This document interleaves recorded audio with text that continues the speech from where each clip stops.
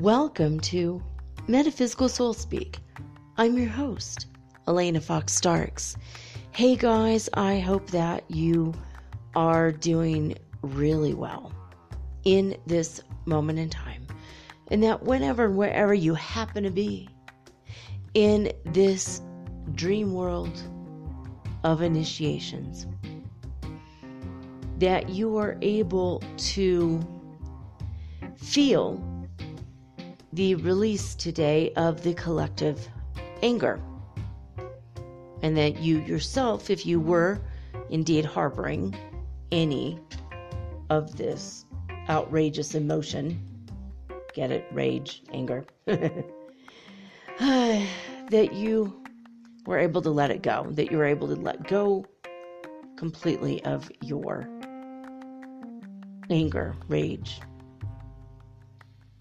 yourself. I mean, if you were harboring any of it. So I'm bringing this up because this is a really strange thing. I had a really weird day.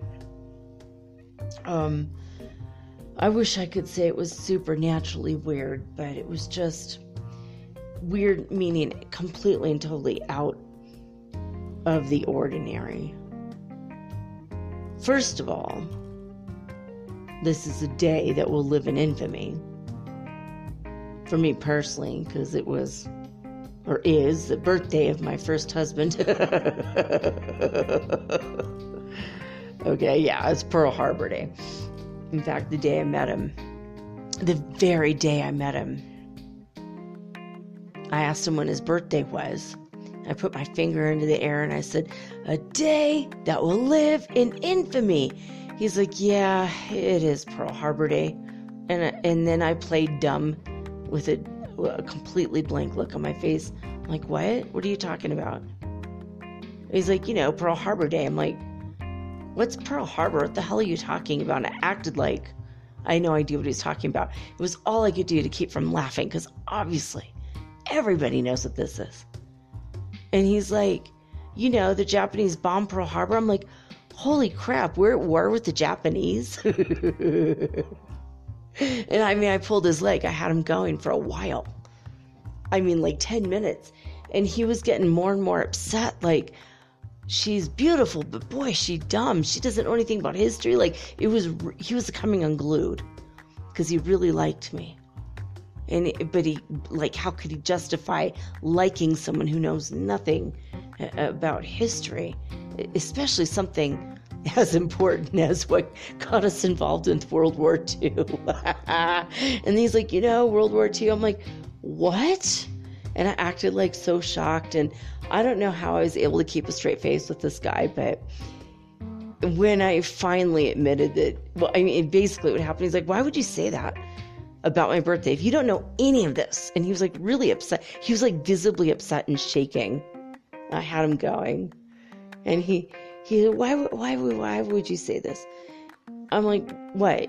A day that would live in infamy? He's like, yeah. I'm like, because it's your birthday. And he just started laughing so hard he had tears pouring out of his eyes. He's like, but I'm like, I'm totally fucking with you, man. Totally. Oh my God, I had you going. You were so upset that I was so dumb. And he's like, now I know you're actually really smart, because that's hilarious. And that was just our whole relationship. I was never really like that with anyone else. Like a little bit laughing and joking with people, but with him, for some reason, we were always pranking each other, and that was literally the day we met. So today, was Pearl Harbor Day. But besides that, today was a weird day. Like, obviously thought about my first husband a little bit today, missing him a little bit and sending him love to wherever he is right now. But he's still alive. He got remarried and hopefully had kids, hopefully has a wonderful life, actually. Wonderful wife, wonderful life. And maybe a couple kids, which would be cool. And when we met, he had like a couple cats and a snake. I wasn't too thrilled about living with a snake, but I was okay. I would keep the snake company. Not that the snake gave a crap, or rat's ass. Because, snakes eat rats. Sorry, Rainey. I'm sorry to have brought that up. Rainey is a good friend of mine, and she listens to the show all the time and has a pet rat. Covered the rat's ears for that one. Sorry, too late. So no, I had a weird day. I just, my son woke up in an argumentative mood, and I told, we were just at each other's throats. And he says, you have to check on when the cat's shots are supposed to be. And I'm like, okay, great. The shots of the cat, fine. I'm like, they're on the 9th. He's like, yeah, you need to check it again, make sure. Like, they're on the 9th. And we had like this whole argument. He's like, just check the paper. So of course I checked it, and it was on the 4th. Oh my God. There was something else that had said the 9th. And because all the dates are written backwards, I just had it backwards in my head. I got everything wrong. Anyway, it turns out that, because it said 4/9, meaning, I don't even know what, I guess the 4th of September. And so I just read that as December 9th because that was right next to where it said December. It was all super confusing for me, this paper. But anyway, I was like, oh my God, that was supposed to be on Friday. The day that I was with my son getting his foot fixed up. And the whole weekend, this is the thing too, the whole weekend, you guys, I have been contacted by several of you who have told me that you were filled with so much dread and so much anxiety, and like to the point where you're shaking and so scared and couldn't sleep. A lot of you had gastritis. My son had gastritis. I had gastritis. I got up in the middle of the night a couple nights ago with really desperately needing apple cider vinegar and water, and I barely made it through the night. I was waking up every hour, like constantly burping for like 2 days. Like, it was insane. Like, what the hell is going on with me right now? Now granted, on Friday my son made Saturday he made some soup that had a lot of red bell peppers in it, which sometimes, it tends to repeat on you. It's bell peppers, right?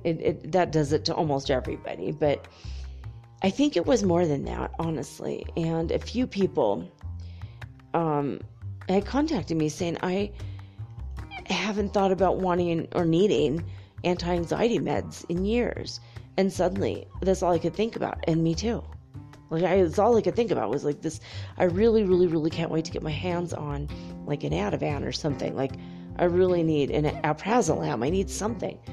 And it's hard in this country where I live to just go get it. Like, if I'd been in Guatemala, I could have or even in Peru, you just go to one pharmacy. If they don't get it to you, you go to the next pharmacy until eventually one's going to give it to you.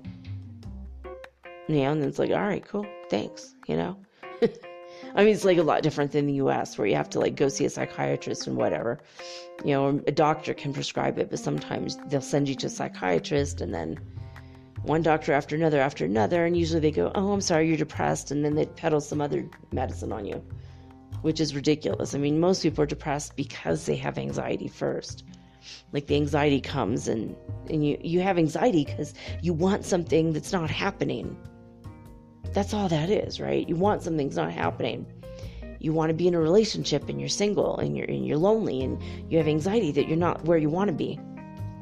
You want money, you need a job, you don't have a job, you don't know if you're going to make your bills, and then you get all filled with anxiety. Then you can't have what you want. And eventually you just kind of give up on feeling anxious about it, and then you just feel depressed. I mean, it's the way I look at it. I don't think anxiety is caused by depression. I feel like anxiety causes depression.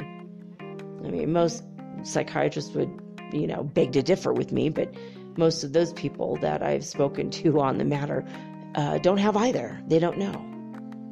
They don't know. And they also make a lot of money, so they don't know what it's like to suffer from that. So a lot of people, but a lot of even famous people have anxiety, performance anxiety, social anxiety. It's when you want something that you can't have right now. Or when you're scared you're going to be found out as being a fraud or something. It comes from self-worth and self-esteem issues and self-confidence issues. But sometimes we just, as empaths, and a lot of us are empaths, especially those of us who are awake and awakening, and we're going through our spiritual paces, we are feeling a lot of anxiety because we're feeling it from other people. We're feeling it on the planet. There's a lot of anxiety on the planet right now. A lot of people who thought QAnon was totally real and thought, any day now the president will continue to be the president for the next 4 years. Any day now. All those nasty things about the Bidens will come out. It's like none of that's going to happen. That's just total BS. It's like mind control of half the population through a website that nobody knows who's even running it. A lot of people are thinking it's a CIA experiment. There's like a conspiracy within a conspiracy. As Stephen Colbert would say, it's a Mobius strip of conspiracies. It's just, this past few weeks have been insane. Like, there's a monolith over here. Ooh, now it's disappeared. There's a monolith over there. Oops, now it's disappeared. Now there's a monolith. It's like back and forth across the globe. It's like, a lot of weird shit has been happening. If you didn't catch Friday's show, 11,000 hertz frequency. 11,000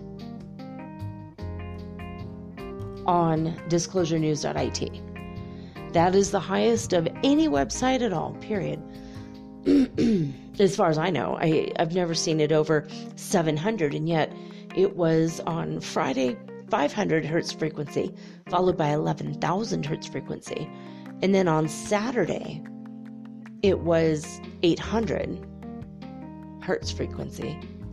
And then the next day, it was 10, which is like seriously nothing to write home about after 11,000. Going all the way back down to practically normal, 10. That was crazy. That massive solar flare, the sun is heating up. And speaking of suns heating up, China created a sun with nuclear fusion that literally is brighter and hotter than our own sun. They literally created the moon, too. They created a moon years ago. I think maybe it was last year. And this year they created a sun. I have a feeling, I really believe that maybe next year, China will create its own damn planet and put all of its people on its own planet, their own planet. I'm saying it like China, the country, is doing it. It's the land is just, the land isn't doing it. The scientists there are doing this stuff. I would not now at all be shocked or surprised if the Chinese scientists make their own planet and tether their moon and sun to it and just take off in their own orbit. It just seems like nothing's going to surprise me anymore. As Chinese scientists obviously are super smart. They're like way, way ahead of everyone else. They won, man. If you can win at science, they just won science. They created a sun hotter than our sun and brighter. And yet that's still not as bright as the neighbor's nativity display right outside our door. Now, the two neighbors on the end of our little street that's inside our gated community, they put together a nativity scene. They built it from scratch, from sticks, and they decorated it with moss, and they did these the dolls. They look kind of like Muppets. Actually, they're kind of cute and also completely terrifying all at once. Like the angel of the Lord that is appearing before the Holy Family. Looks like something out of a Tim Burton novel. Or movie. It looks like me, the angel of death. I'm just saying. Wow, they created me in Muppetry. It's adorable. I kind of want to snag it, but I won't. But I kind of want to. Grinch the hell out of that thing. It is so cute. I kind of want that angel. Because it's like creepy. It's not Christmassy. It's black and white. It's so gothic. I love it. Anyway, but they've been having every few days, they've been gathering around this nativity thing and caroling. So they're like non-mobile carolers with a karaoke machine. And so they're very, very, very loud. And the first time, it sounded like either the pastor was here, like they're dedicating this to, I don't know, just some kind of like a christening of the nativity. I don't know if you do that. I don't know. I don't know. But that's what they were doing. That's what it sounded like they were doing. And that was the first night when my son had got home. It was Friday night. They got home. We got home and the doctor had given him some medicine. And I looked it up and it said anti-inflammatory. And he took one. And it made him high as hell. He's like, how am I so high right now? Like, it just said anti-inflammatory when I looked it up and translated it to English and whatever. And apparently this is not a drug that's in the United States at all. And he's like, what? And I guess he had two medicines. He only took one. And that made him very, very sick. And he's in the bedroom coughing. And like, so between songs of these insane songs they were singing, like so loud. I mean, the songs were okay. I did hear the word, puta, a few times in one of the songs. I was really questioning what I was hearing there. But but then all of a sudden they started making fun of, when the lady started making fun of my son, saying, I bet they're going to drag him out of a body bag tomorrow. And he was coughing because he was having gastritis, and it was like, repeating, the medicine he had taken made his stomach hurt really bad, and he was having acid reflux. It was like super rude thing to say. So rude. And so it was just like a really weird weekend. Like, and the neighbor also had gone by our house, and there was a tarp that we had put up so the dogs could shelter under it and these are the dogs that she takes care of. They're neighborhood dogs, but everyone knows that they're kind of her dogs more than everyone else's. And so we put that there because she was refusing to let them in during the rainstorms. And we didn't know why, but we were taking care of the dogs for her. And the wolf dogs, and she, I guess the tarp had fallen down, and she complained and said something about us being homeless people. It's like homeless people live here. And she's like making fun of us and scoffing at us. And then she took that tarp and lifted it up and put it in our trash.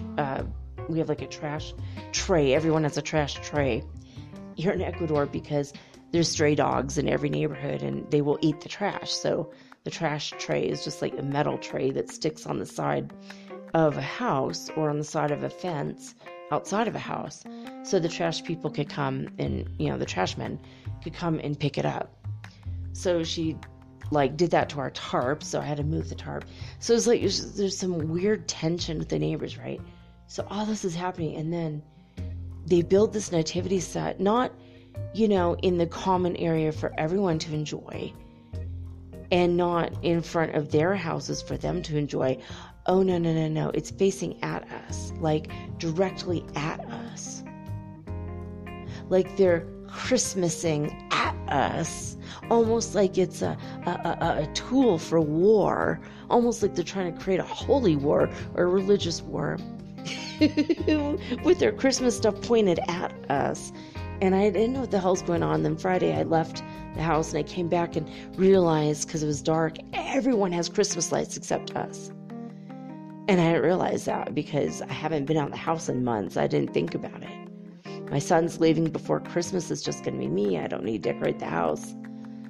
I'm not even a Christian. I'm Muslim. I love Christmas. I always celebrate it. I always have celebrated it, even since I converted to Islam. But what really is annoying is that they're Christmasing at us. And tonight it happened again. Okay, well, actually last night, get this, guys. This is crazy. They put a light that is so frickin' bright that it lights my living room and the 2 bedrooms upstairs as if it is freaking daylight at noon outside. So as soon as the sun goes down, boom, that light comes on, and we shut off all of our lights, and our house is lit up like it's damn daylight. And it's like pointed at us, at our house. I took some pictures I'm going to put on Instagram, because if you guys could see the way that the angle of the path is and how the nativity set is at an angle faced at our living room. It's so crazy. It's like, why are they facing it at us? Are they trying to convert us to Christianity? A few of the neighbors knew that we were Muslims, so maybe they're trying to force their religion on us by putting a karaoke machine super loud and singing Christmas songs. It's really freaking aggressive. It's crazy. I don't have a problem with Christmas. I used to be a Christian, and I love Christmas. I don't have an issue with it. It's just that in my last apartment, when everything got covered in mold, we had to throw away everything. I'd been gathering Christmas stuff for 3 years. I had amazing stuff, but I don't have the money because I don't have a job right now to go out and buy more Christmas stuff. Now I feel like if I did that to appease the neighbors, they'd be like, oh, we won, they're Christian now. Which is not ever going to fucking happen, but they're Christmasing at us. It's so aggressive and weird. And tonight, again, they got out the karaoke machine, they turned on the light, and for days they had the Christmas music going on over and over and over and over. This insane, high-pitched electronic. It's not even musical. It's not even lyrical. It's just like, ee, like jingle bells and the kind of high-pitched like super annoying. I can't even sing it to you guys. It's so annoying. And tonight was the first time after they sang for 2 hours again with a karaoke. And I mean, I get that they're trying to create good memories, happy memories for their children, but why do they have to Christmas at us? It's weird. We're laughing about it. We're like, what the hell's wrong with them? Like, doesn't mean that we don't like Christmas or whatever. It's just when you don't have an income, Christmas decorations are not a priority. It's just the way it is. But, so anyway, it was like crazy. But they turned that insane light 2 or 3 nights now in a row. Actually it was yesterday and tonight. And it was like, they finally turned it off tonight. They left it on all night the first night. And we were just like, why? I mean, it's almost like they're shaming us for not celebrating their holiday. It's so aggressive and weird. So there's been a lot of aggression in the world. I've noticed that from many different sources, and that's only one of them. I mean, Trump is constantly aggressive, so I'm not going to go over the crap that he's done over the past several days. Rudy Giuliani has COVID-19. 41 staffers at the White House have COVID-19 now. I mean, I hope they all recover, because that's a horrible disease to get. And meanwhile, there's still people that I was following on Instagram that are saying, is this really a pandemic, though? Is it really real, though? It's like, I don't know.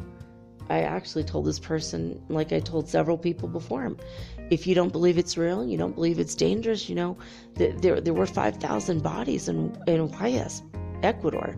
The morgue is completely full. They do need volunteers. The medical staff have died.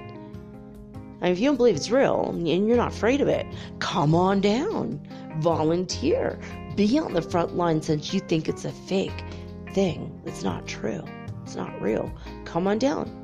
Put your money where your mask is. Or isn't, maybe, in this case. I mean, it's just so irritating. It's like people are still sorting themselves out. I'm still unfollowing people for this kind of a dangerous attitude because, only 1% die of it now, thank God. Thank God it's not more. Remember when it's 21%? That was terrifying.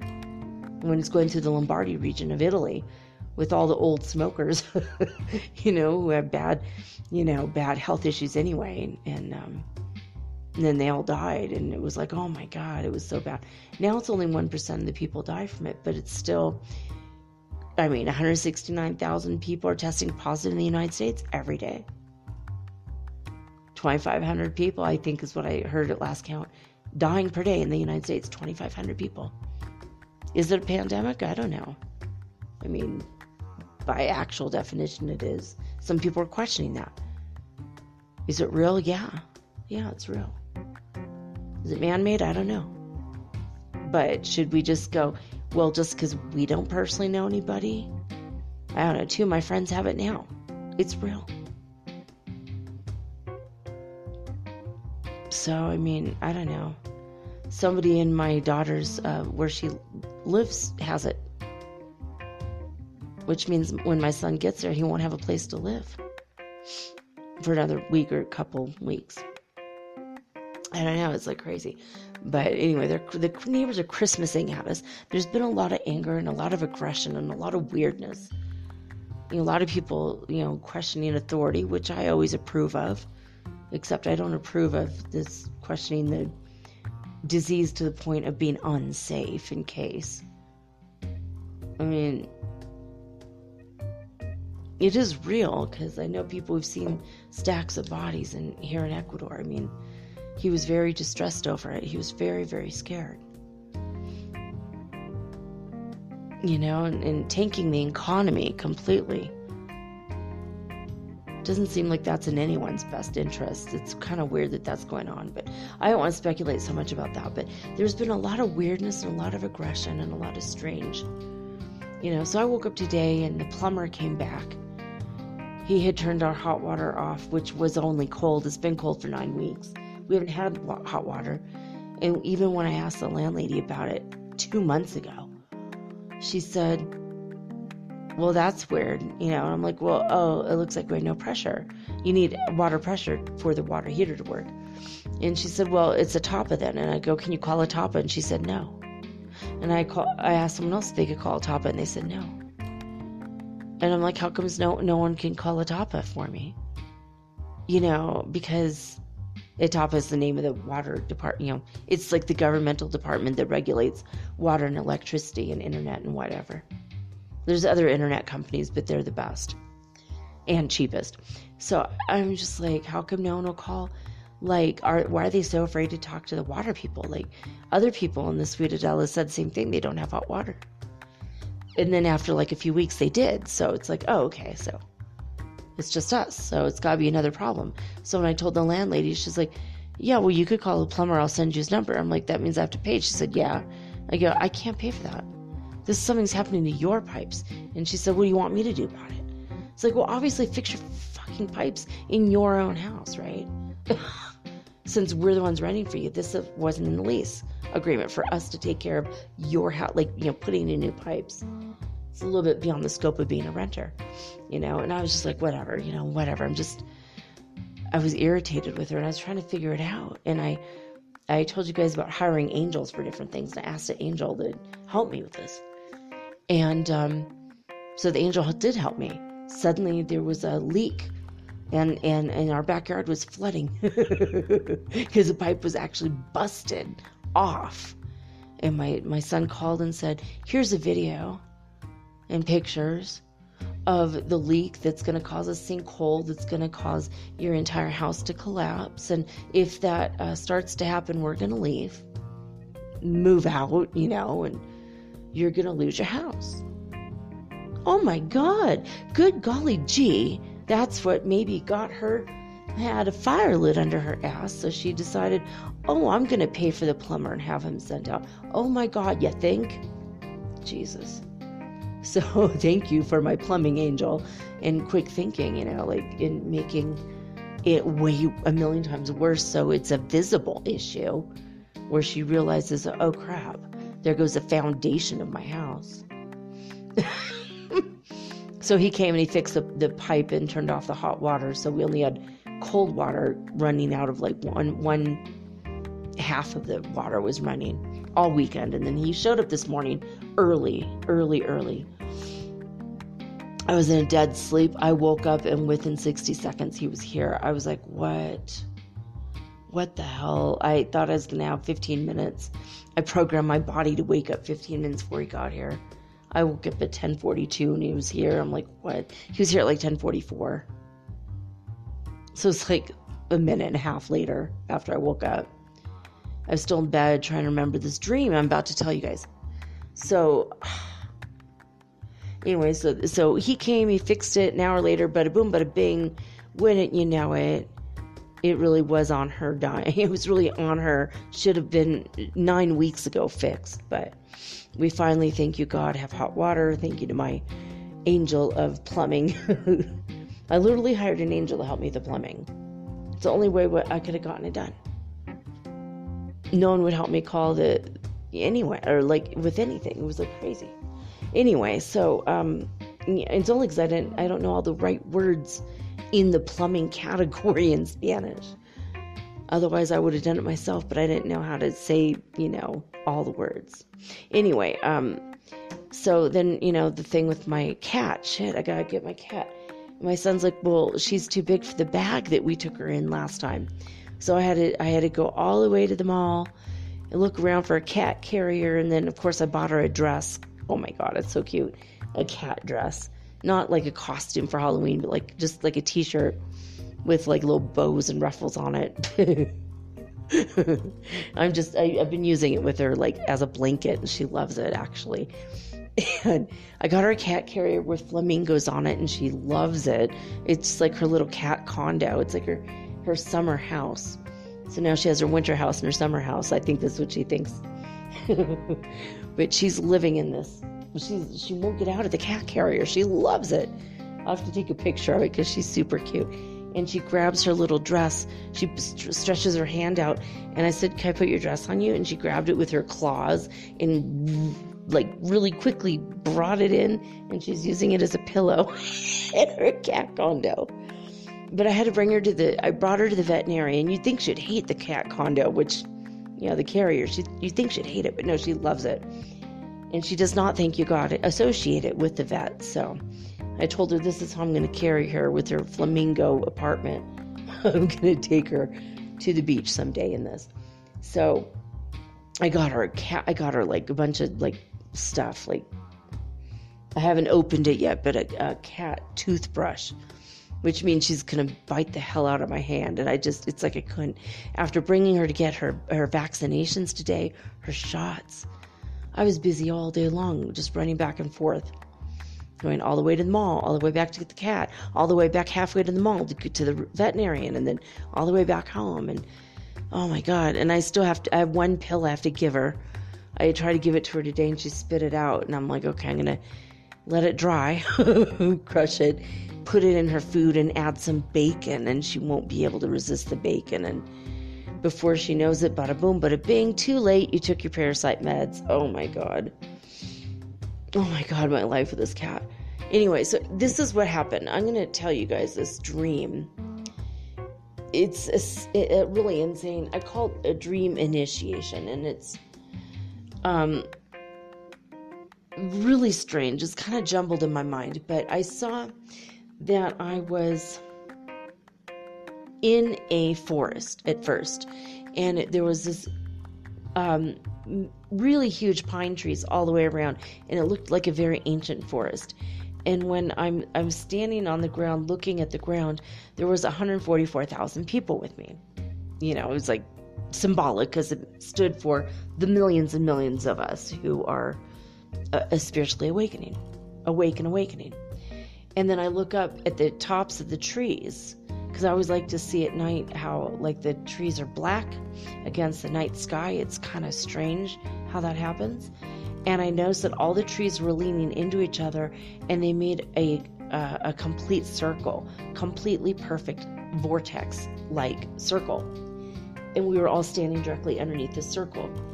Of the opening of the trees was exactly in a circle. It wasn't just like, jagged tree branches and leaves everywhere. It was very like, it looked like a swirled vortex. It's the only way I could put it. So it was a sacred spot, and the trees were all gathered in the middle, except for the perfect round opening on top, is what I wrote. So my cat, Ravenspell, was with me, and she was an older cat, and she, in my dream, and she, not much older, but like maybe, 3 or 4 months older than she is now, and she was going there with me, and she was a black cat. And then we all looked up, and we knew that it was time for the fire ceremony. And I said something like that, it's time for the fire ceremony. And suddenly, my black cat turned into a red cat, and then she duplicated herself, and there were 4 of her. So all this stuff is symbolic, still trying to unravel it, right? So now my cat turns into 4 redhead cats. And it represented, I knew at the time, the physical, emotional, psychological, and spirit bodies of all of us. And then she went to like the 4 corners of a circle in the center of the circle of trees. And I was in the middle of it. And I was like the, MC, the head witch in charge. I was leading this massive ceremony to all these people. And the people were gathered, and it was a very dark night. It was a new moon, so there was no moon showing at all. And I started the ceremony, and I decided to raise everybody's heart energies up first. And I was on not a loudspeaker like the neighbors, but I think I maybe had a microphone. Maybe I was. It wasn't like a karaoke machine, though. It was like an actual speakers. I was like on a little stage or something. And the cat was like at 4 corners of the stage. And it was all like strange and symbolic, right? And then I did this ceremony, and I helped to raise up everybody's heart energies, because we've all been feeling so aggressive and angry and heavy and filled with anxiety and rage and just all kinds of crap, right? So I helped everyone to release their anger. And I realized that as I'm doing it for me and the cat, she was helping with her energy. And then I looked up, and everyone was getting ready to do it. We're all raising the energy up. And I just, I realized before we officially released it that this anger, it was for the planet. It was for all the people on the planet, whether they're awake or not. We were all raising our own collective energy, but the empathicness of us, all of us who are empaths that felt the energy and rage and negativity of all the other people around us, we all raised that up.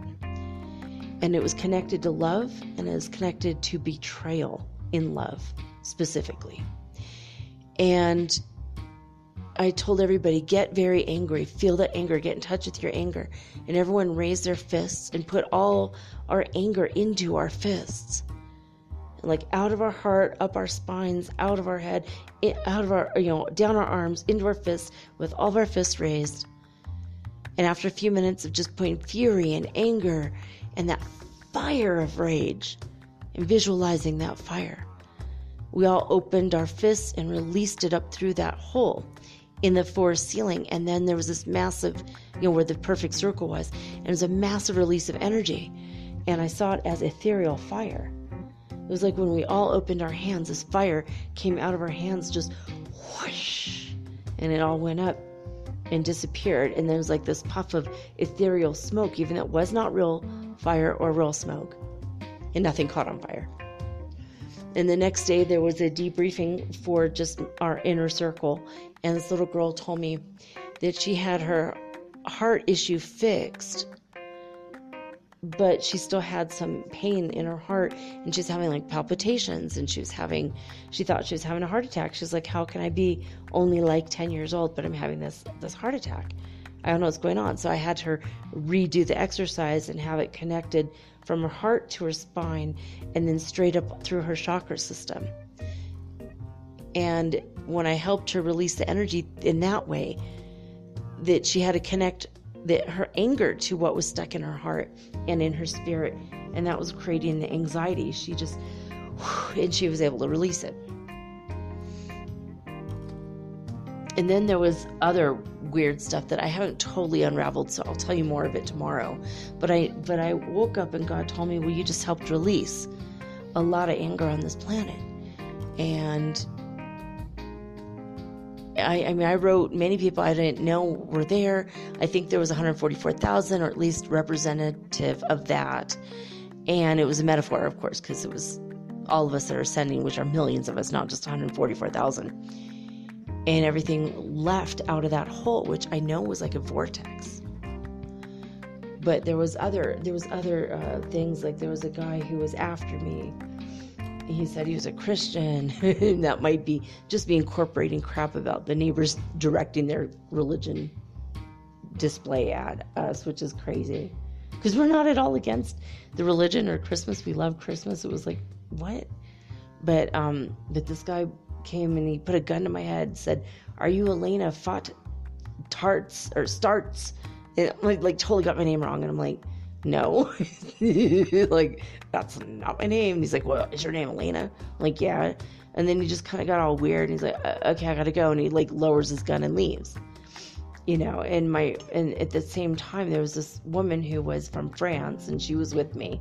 Like in my dream, I just met her. She was, we were like instantly close and good friends, and we just decided to go on a walk when this guy accosted me with a gun, and then he left immediately. I'm like, all right, whatever.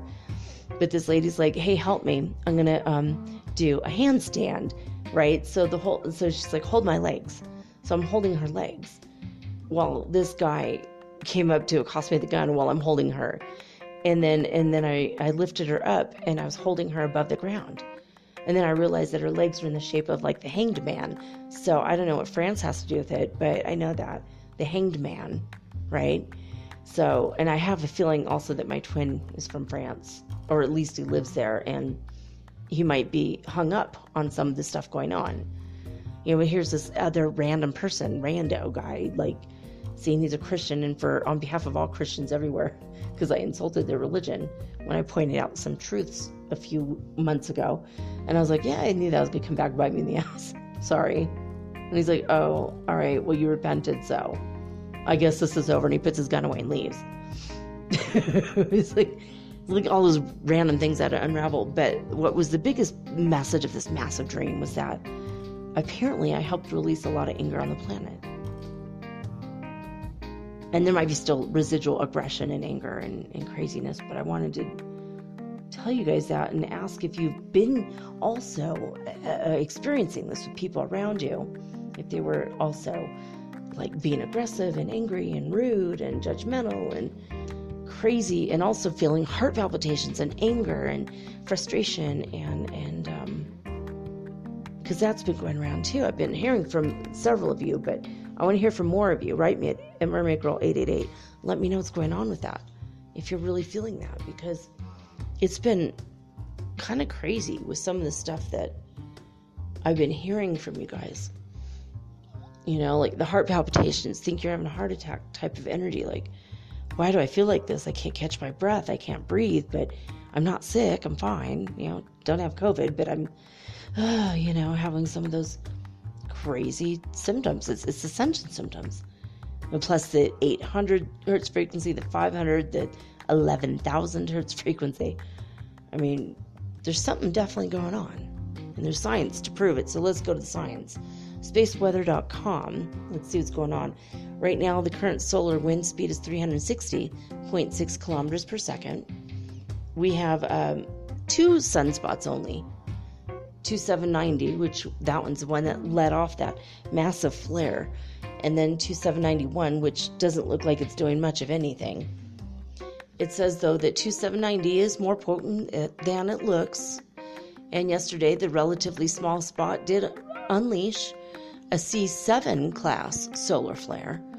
And it did hurl a CME towards Earth again. So, I mean, it's not over yet, that one. It doesn't look like it's going to... Maybe by the time it comes back around the sun again, maybe it'll be not a threat at all. But anyway, we are in the middle of seeing what is called a double planet.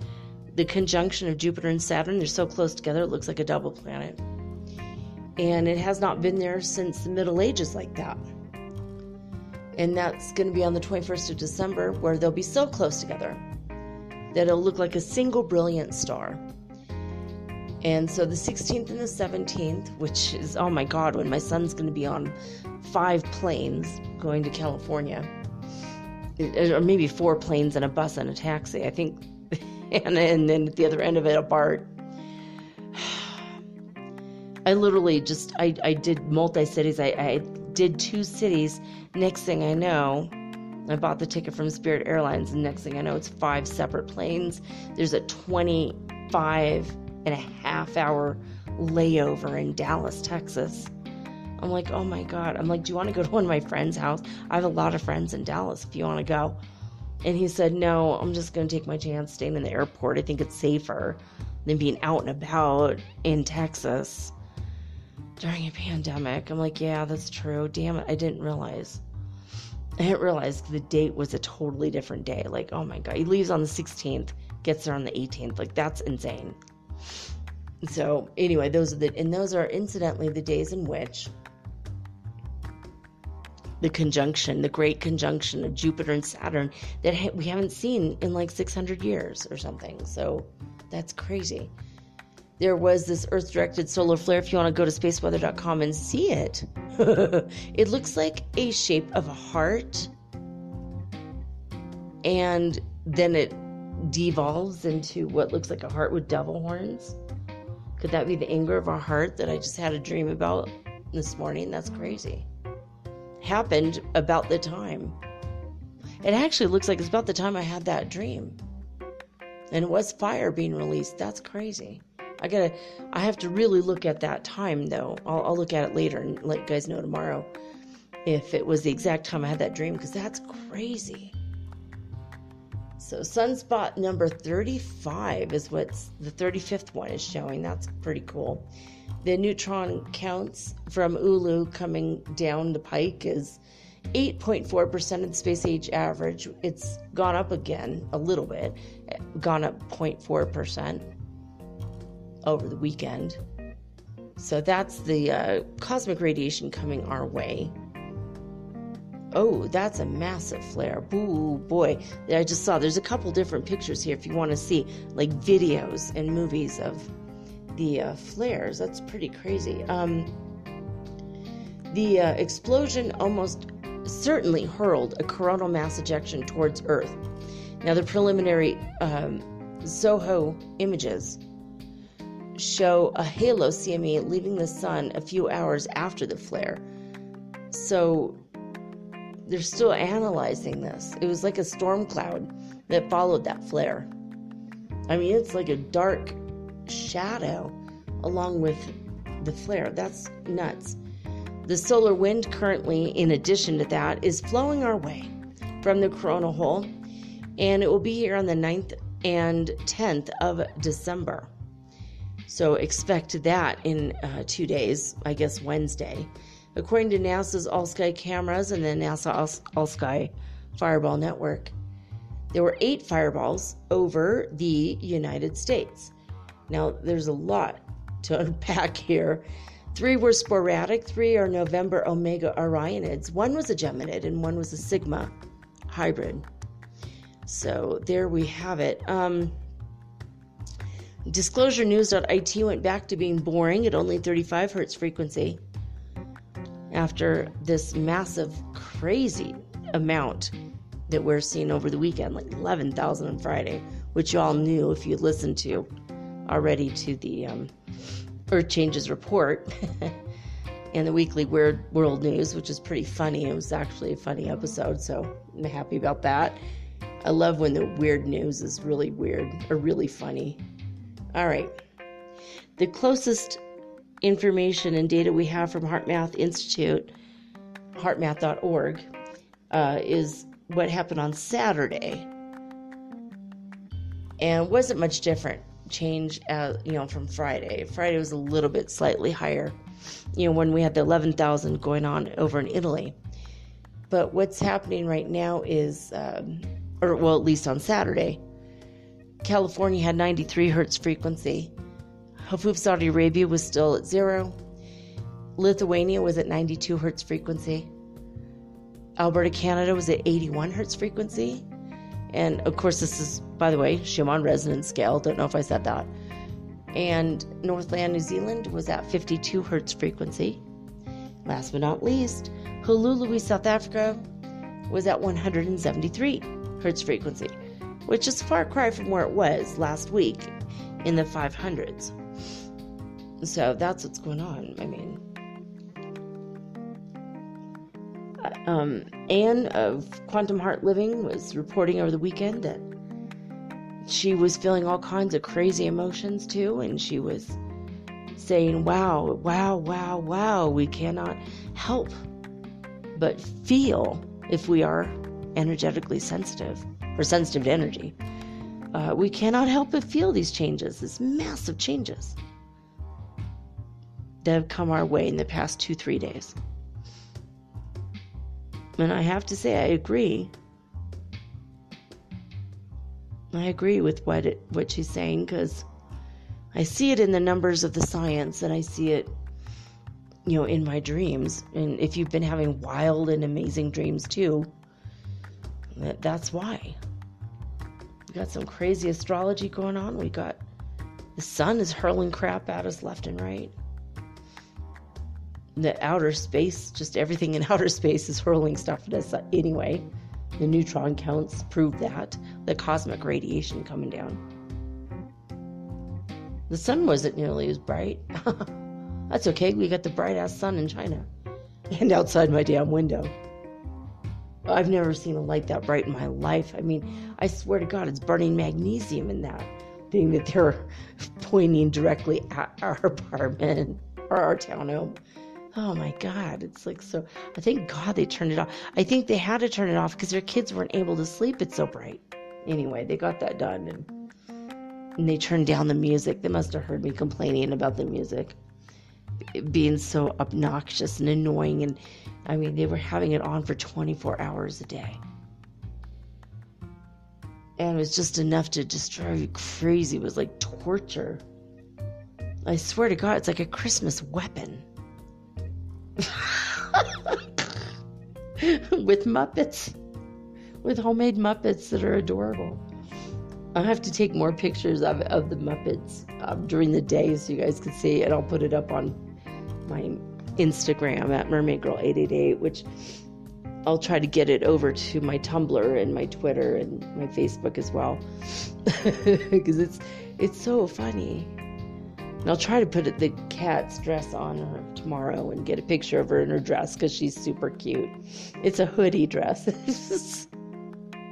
with a bow, if she allows it. If she doesn't kill me. Oh my God, if looks could kill, she would have killed the veterinarian today. I asked her, do you have any falconer gloves? Because that's the only way this cat's not going to kill us, right? She tries to take down antelopes with her jaws. Literally, the doctor said, she acts like a little panther. No cat has ever acted as crazy and angry.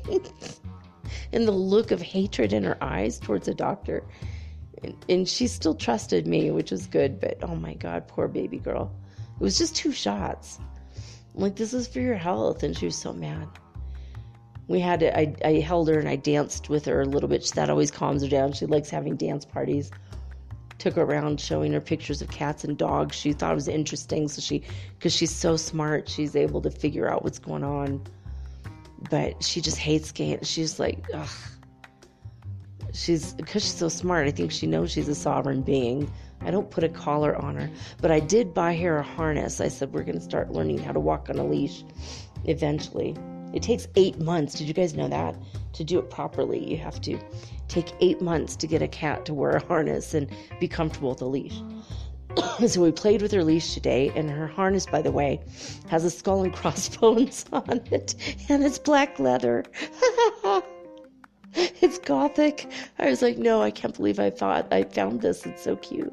So I'm going to have to take some pictures when I get to it. I'll take a picture of the harness without the cat, but she likes playing with it. She rolled around on it. She likes her dress. So eventually she'll get so comfortable with these things, it won't be a problem, but it takes a while to train an animal to do stuff. And when the animal's so smart, like our beautiful knowledge raven spell, it takes me a baby a little longer. I don't know. I'll have to explain to her what's going on. I'm like, I only want to put this dress on you at night to keep your back warm because it gets cold here. And I found out she's a Somali cat. That, according to the doctor, she says, I think she's a Somali cat. And that's a cat that just doesn't like the cold. I'm like, yeah, that makes sense. Anyway, I'm going to take a quick break. And when I come back, we're going to read the next installment of the life and teaching of the Masters of the Far East, right after this little musical blurb.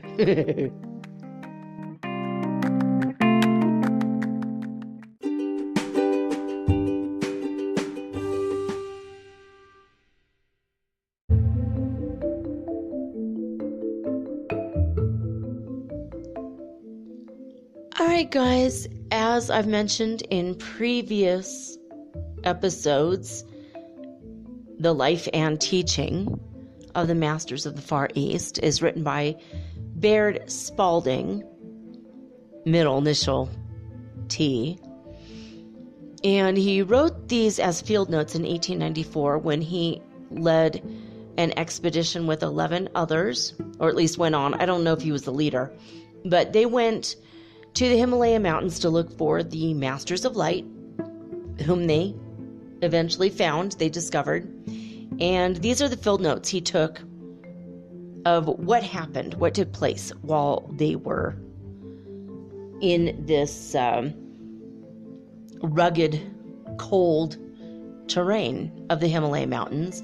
And he waited 20 years. He wasn't sure it was information that the world was ready for yet. And he didn't publish it until 1924. Now, I'm glad that this information is out there, but to be honest, I would have to say there's a lot of people out there not ready for the information even still. So this is one of those book series that would definitely be, available to those who can handle it. And if you're listening to it, especially if you've listened to the first 9 episodes on this book, then obviously you're able to handle it and it's okay. But there's probably still people in the world that just don't really want to hear it. So it's okay. I think he would have been okay publishing this in the year 1894. And he probably didn't need to wait 20 years because there's always going to be people ready and there's always going to be people not so much. So anyway, where we left off last time was chapter 23, and that's where we're going to pick up now. We left the village the next morning.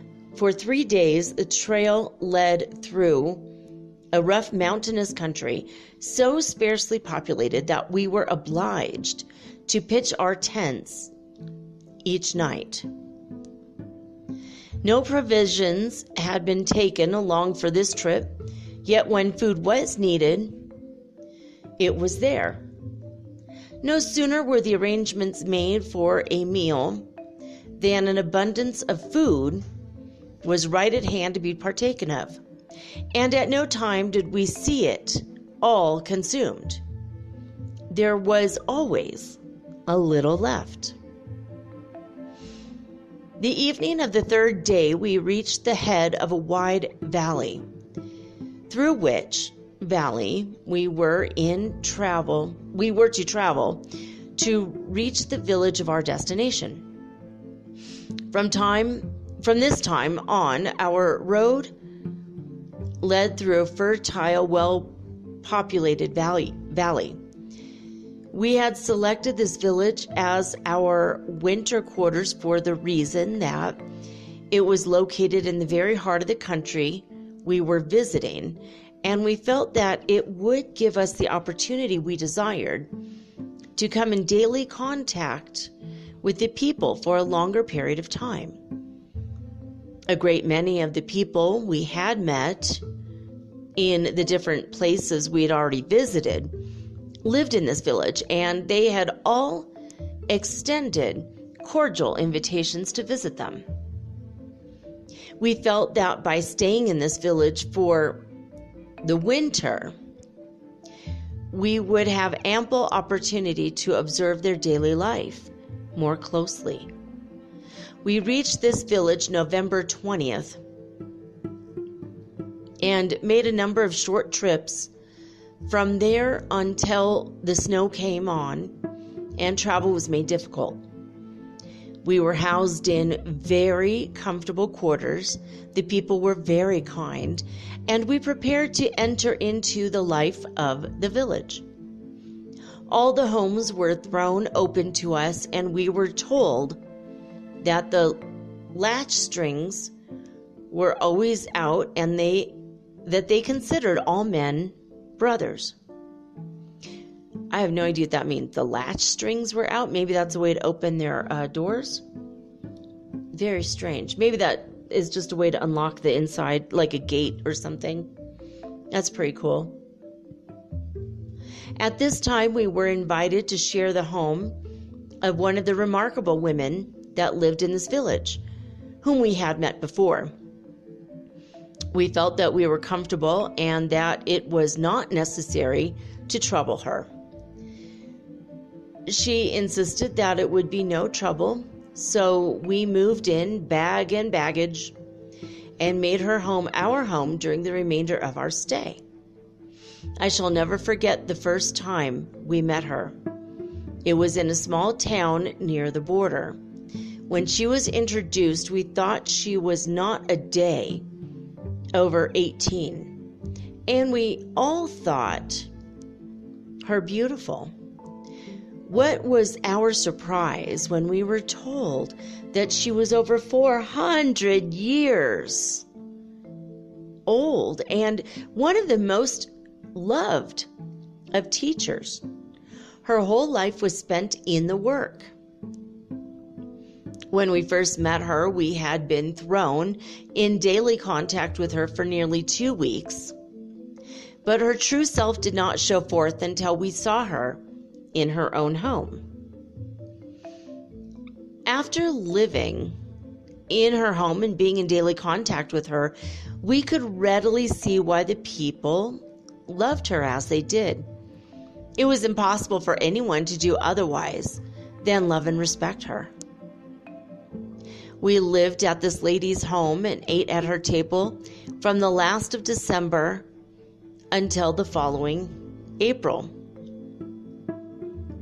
We had ample opportunity to observe her home life and the home life of a number of others in this village, and we found their lives ideal. The more we all saw these people, the more we loved and respected them. We had ample opportunity to corroborate all that they told us regarding their ages by records that could not be contradicted any more than our records can be contradicted. Chapter 24. Time went on until the last of December, and the year was drawing to a close. We had noticed that a number of persons were congregating for the one ceremonial event that the masters participate in practically alone. Each day we were introduced to strangers. All spoke English, and we began to feel that we were a part of the village life. One day we were told that the event would take place on New Year's Eve, and we were invited to be present. We were also told that while this event was not for outsiders, it was in no way a secret meeting, that none of their meetings were private, The assembly was for those who had commenced the work, had taken it up in earnest, and had gone far enough to realize that they wanted to live the life. Those who had accepted, lived the life. Sorry, I didn't see the semicolon there. For those who wanted to live the life. Those who had accepted the higher consciousness and realized what this meant in their lives. It was called by some the Feast of the Passover. These gatherings were usually held at some stated location at this time of year, and this place had been chosen for the occasion this year. The morning of the day appointed for the assembly dawned bright and clear, with the mercury well below zero. It found us all eager, for we felt that this evening would add to the many interesting experiences of the trip. We arrived at the appointed place at 8 o'clock that evening and found about 200 assembled. The room was lighted in the same way as the one mentioned before and was very beautiful. We were told that the beautiful young lady who once before had been our hostess would have charge of the services. A few moments after we were seated, she entered the room, and we all marveled at her youth and beauty. She wore a beautiful white gown, but there was no attempt at display. She stepped quietly to the small platform and began her address. We are gathered here this evening with the desire to enter into the fuller meaning of passing from a lower to a higher consciousness, and we welcome those of you who are prepared for this. At first you followed us, led by your interest in things you have seen us accomplish, which you at first looked upon with awe and wonder, thinking of them as marvelous.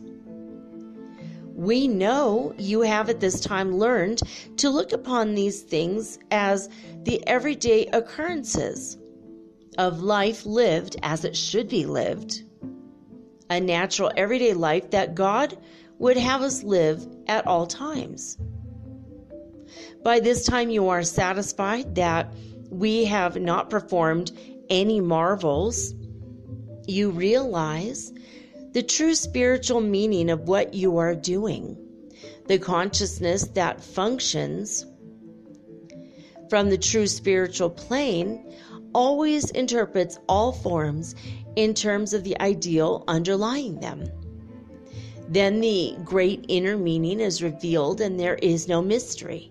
Consequently, no marvel, no miracle.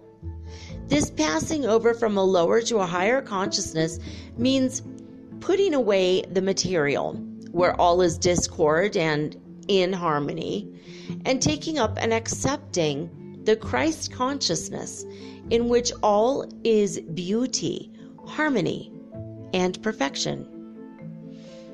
This is the natural way of living, the way God sees us living, and the way so beautifully exemplified by Jesus here on earth. The other is the unnatural, the self-way, the hard way. When we realize it, it is so easy, so natural to live the Christ way. Then we come into the Christ consciousness.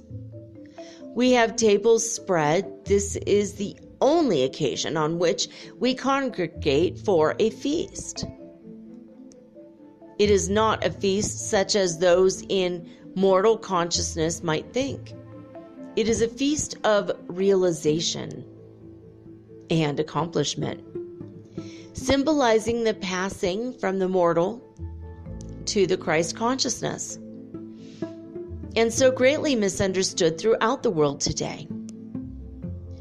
We believe that all of God's children will sit down to watch to such a feast someday with the true realization of its meaning. We shall have with us tonight a few of those that have so perfected their bodies that they're able to take them into all the celestial realms and there receive the highest teachings. They have all lived a certain time here in visible form, then passed on and taken their bodies with them to a place in consciousness where they are not visible to mortal eyes. And we must raise our consciousness to the Christ consciousness to converse with them. But those that have so perfected the body that they can take it to this celestial realm can return to us and go away at will. They are able to come and instruct all who are receptive to their teaching and appear and disappear at will. It is these that come and teach us when we are ready to receive instruction, sometimes intuitively and at time by personal contact. There will be 5 of these to break bread with us tonight. Among the 5 is one especially beloved by us, as she is the mother of one of us and has dwelt among us. And he puts in parentheses, this proved to be Emil's mother. We will now gather around the tables. The lights were dimmed for a moment and all sat perfectly quiet with their bowed heads. Then the lights came on and 5 stood in the room, 3 men and 2 women. They were all dressed in white and were radiantly beautiful, with the soft glow of light about each one of them. They walked quietly forward and each took a place, left vacant at the head of each table. Emil's mother took the place at the head of our table, with our chief at her right and Emil at her left. After the 5 were seated, the edibles began to arrive. It was a simple meal of vegetables, bread, fruit, and nuts, but very palatable. The talks that followed were chiefly instructions to those who had assembled for the occasion. They were given in the native tongue and were translated by Jast. I will not include these talks as the greater part has already been given. Emil's mother, the last speaker, used perfect English and her voice was made clear and concise. These were her words. We use forces every day that man in the mortal concept laughs at. We who are privileged to see and use these are doing all that we can to have men see and know what they are keeping out of their lives by the thoughts they are holding of the perfect things that are right at hand, ready and waiting to be taken hold of.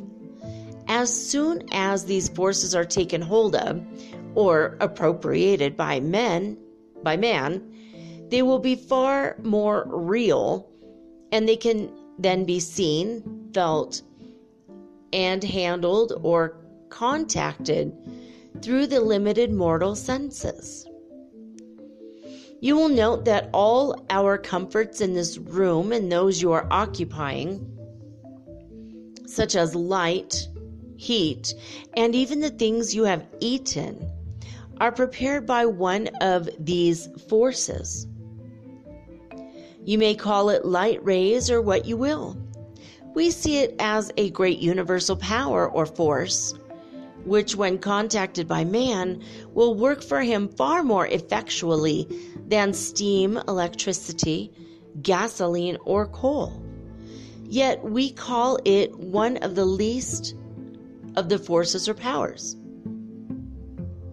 This force will not only furnish all the power needed by man, but it will also furnish heat for all his needs, at all times and in all places. without the consumption of 1 pound of fuel of any kind. This force is perfectly noiseless, and if man will contact it and use it, it is right at hand, all about you, waiting for man to contact and use it. Okay, yeah, she did say the words contact and use it twice. I thought I skipped a line or something. Okay, sorry about that. All right, she goes on. When he does contact and use this force, it will be far simpler than steam or electricity. As man is able to do this, he will see that all modes of power and locomotion that he has devised are but makeshifts that he has brought forth in his own mortal concept. He has thought that he himself has brought them forth, and he has in this way brought forth only that which he could contact with the mortal senses. He has brought forth imperfect things, whereas if man would see that all is of God and from God expressing through him, all things that he brings forth would be perfect.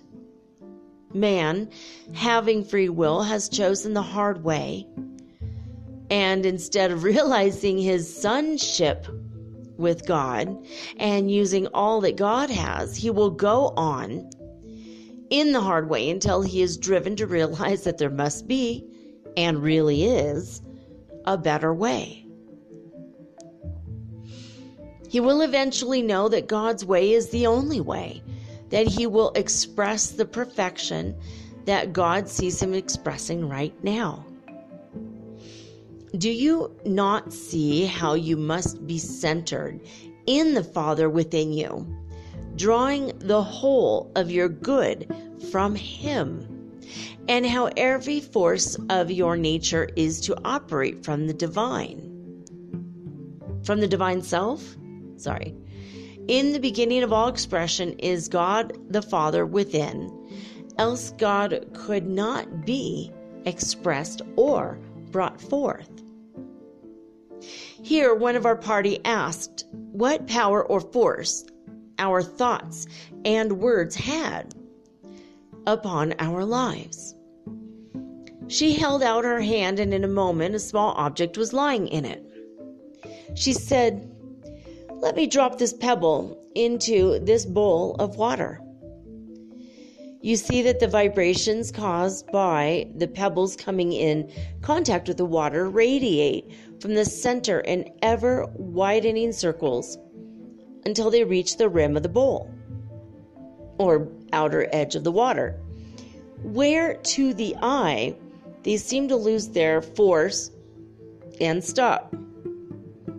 What really happens is this: as soon as the vibrations have reached the limits of the water, they start on their return journey back to center.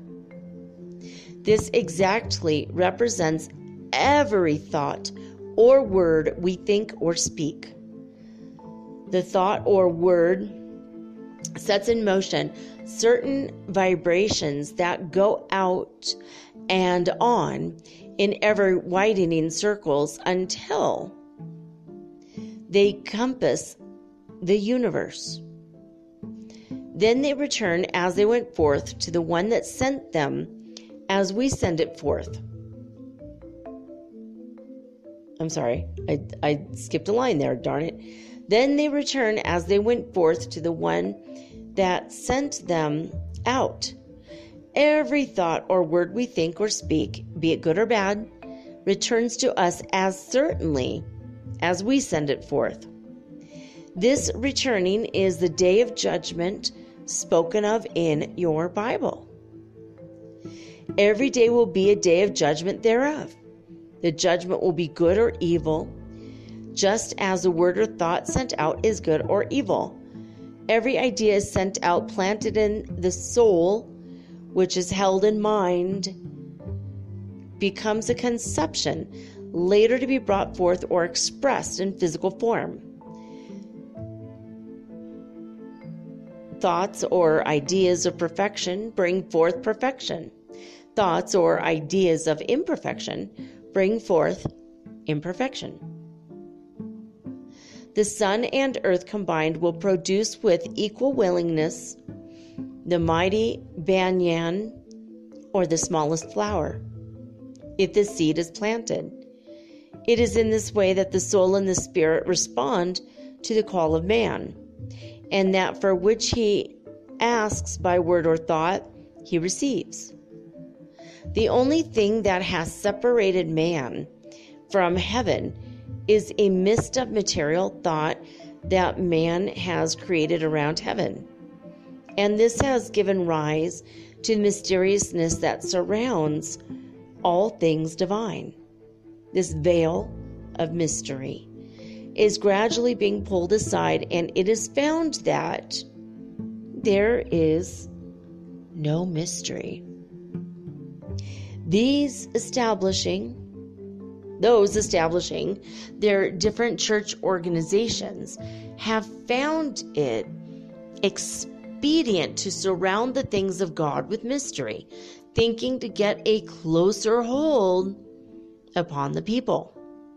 But all are now finding that the deep things of God are the real simple things of life. If not, of what avail are they? All are perceiving that the church but typifies the Christ consciousness in man, the God center of humanity. They are perceiving the ideal instead of worshiping the idol, which has been built by mortal thought. Look at the vast number of heterodox. I've never heard that before. Number of heterodox organizations springing up on every hand. Though widely diversified now, they are bound to lead to the one. Has not this one thing come forth to bring the churches to the true realization? We who are so perfected our bodies that we are able to take them where we will, are privileged to see and be in what is called the celestial realm. This realm is known to a great many as seventh heaven. This realm is thought to be the very mystery of mysteries. This again is where man in mortal thought has erred. There is no mystery. We have only reached a place in consciousness where we are able to receive the highest teachings, the place where Jesus is today.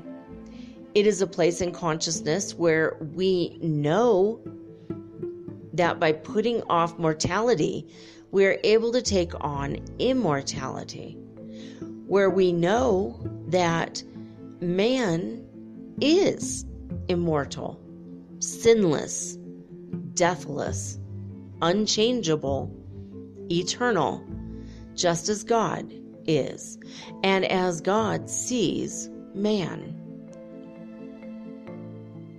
A place where we know the real meaning of the transfiguration, where we are able to commune with God and see Him face to face. A place where we know that all can come and receive and be as we are.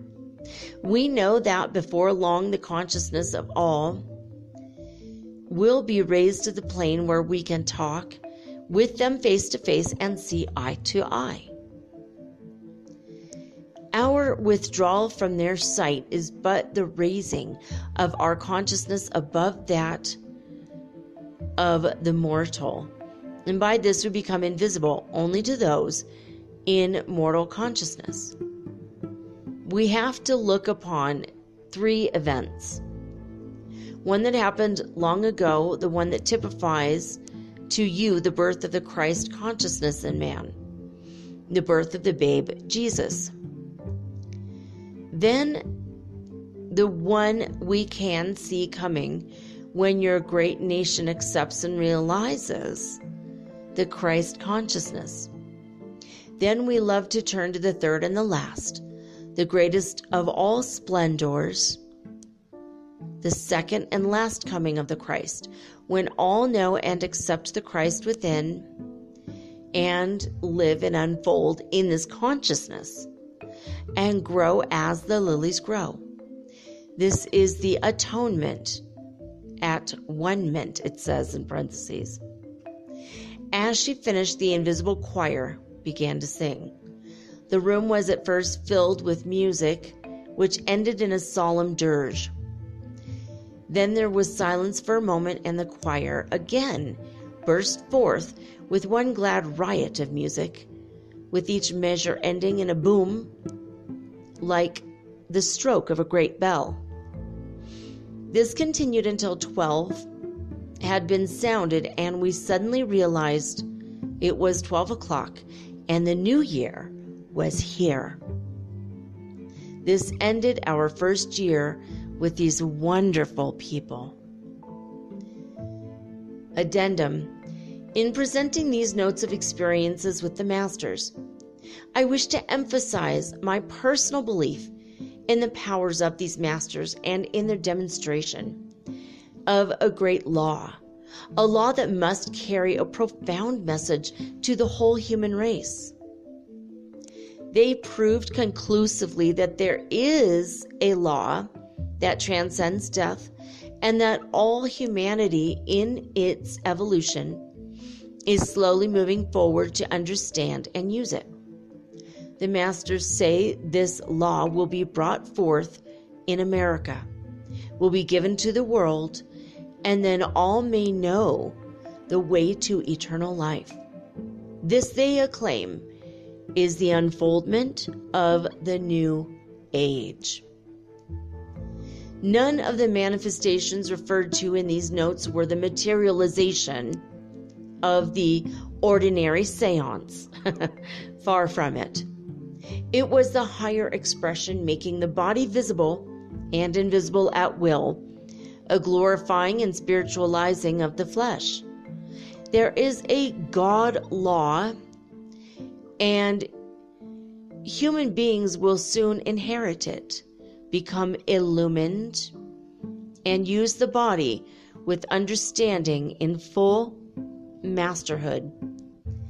There is no question but these people have brought the light through the long ages, and they prove by their daily life and works that this light does exist just as it did thousands of years ago. And that is the end of the book. It is signed by BTS, otherwise known as Baird T. Spalding. I don't know about you guys, but there was a lot of stuff when I first started reading that blew my mind. My son and I, moments before I began this recording, were talking about a tent. We had a discussion of a tent. In the first, one or two sentences, the word tent was brought up. November 20th was brought up. That was the anniversary of my husband's death. It's like weird because he's the one that introduced me to these books, and several other things. It was like blowing me away. Every 5 minutes was like, whoa.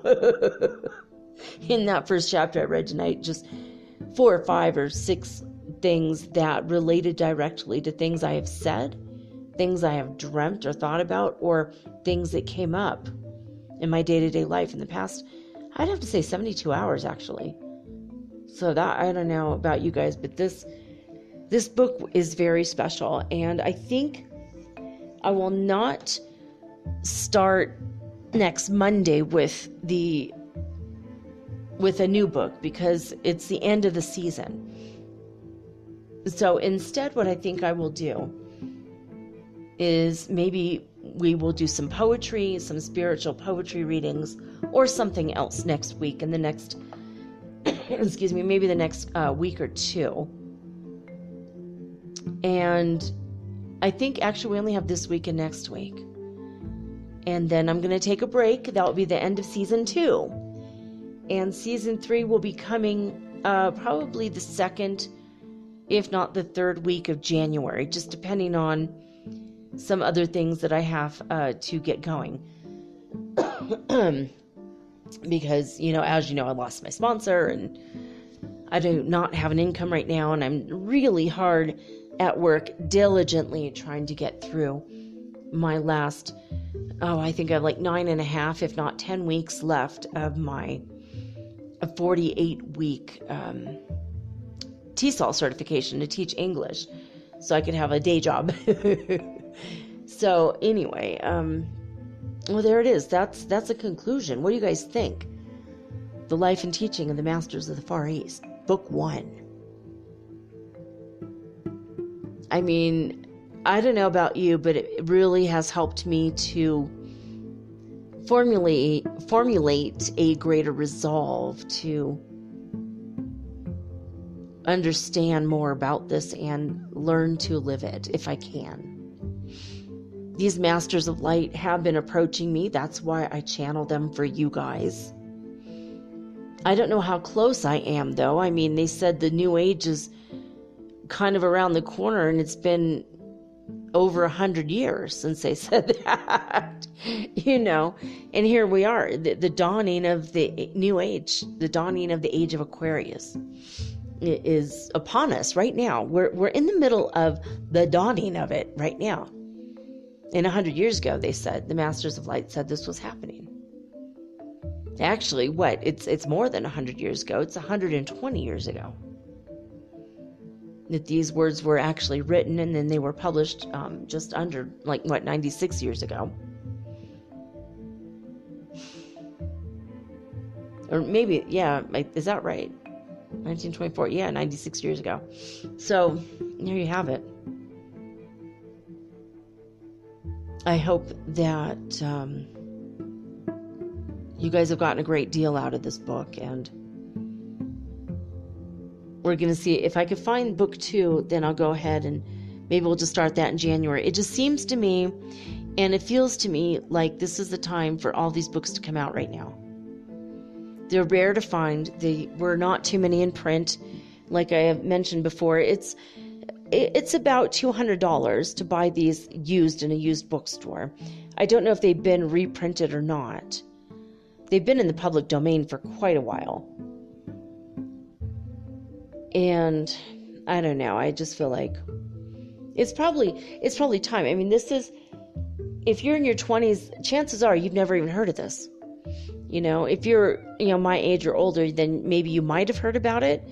If you were in spiritual circles a while back, this was pretty popular, I would imagine, 100 years ago, and maybe it's dwindled in popularity over the years, and it's something that was near and dear to my husband's heart. He's the one that introduced me to this book series, and I never did finish the series, by the way. I read, I think, book 1 and book 2, and I don't even know if I made it all the way through book 2, just to be honest with you. But there was a lady called the Dove Lady, and I think she has a different name on her channel now on YouTube, but she was reading these books, but I don't think she read them all either. I think she read maybe like book 1 and book 2, and then maybe skipped to book 4, or maybe she read book 3 and then only half of book 4 or something. I don't know. It doesn't seem like she read them all, though. So I'm going to have to look it up and actually see how many books there are. But I'm hoping I could start in January with book 2.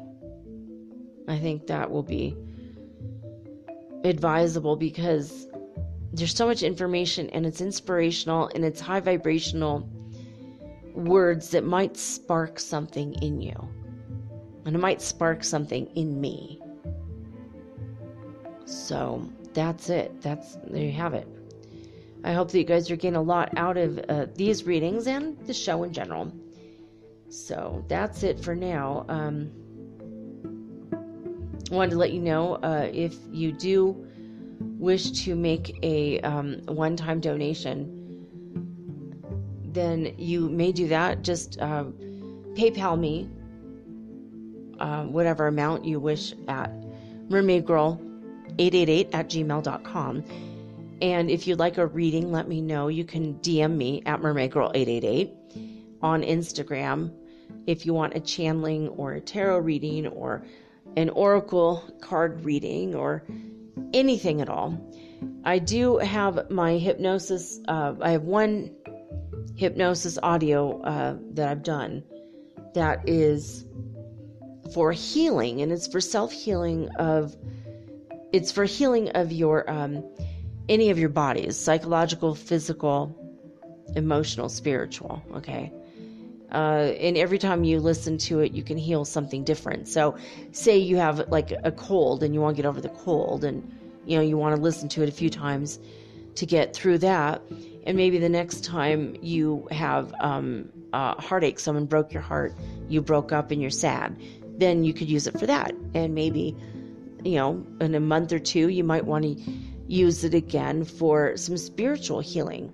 Maybe you have a past life memory that came up in a dream and you'd like to get rid of the sad emotions that brought themselves to you for healing, and now you want to lift those up and out. So that's a kind of, I like to do multiple layers when I do something like this, a project. And even though it just sounds like a regular hypnosis audio, I do have light codes in my voice. I had activated my Reiki as well. So there's always healing flowing. And I said a silent prayer before I did the audio that anybody who uses that will automatically be hooked up to the 5D crystalline healing grid that I and thousands of other light workers work together to create and build, so that anytime anyone asks or prays or wishes for healing, it's instantaneous. The energy of that comes immediately to you. Now, if you don't heal instantaneously, a lot of it has to do with belief, and it has to do with resistance. Resistance is futile. You're definitely going to heal. And the reason why we accept the state of having to be healed is because we don't accept the state of our own perfection, which is always a constant, even though we're not aware of it. So lift your consciousness, lift your awareness, lift your eyes to the 5th dimension and beyond, 7th, 9th dimensions and beyond. Understand that you are a son of God. At all times, you're a child of the universe. So there you go, guys. I love you. And I want to thank you for being on the spiritual journey for me. And also thank you for your continued faith and confidence in myself, in my abilities, and in Metaphysical Soul Speak, the podcast. Thank you for those of you who have sent me your Spotify stats. It's been really exciting to receive those. I do plan on putting them up soon, as well as a couple pictures and videos of the cat. And, well, that's it for now. I'll be back tomorrow with all unique and original programming, just like always. But for now, I'm signing off with peace and joy and the high vibes of the Holy 5th Dimension. Until next time, guys, peace.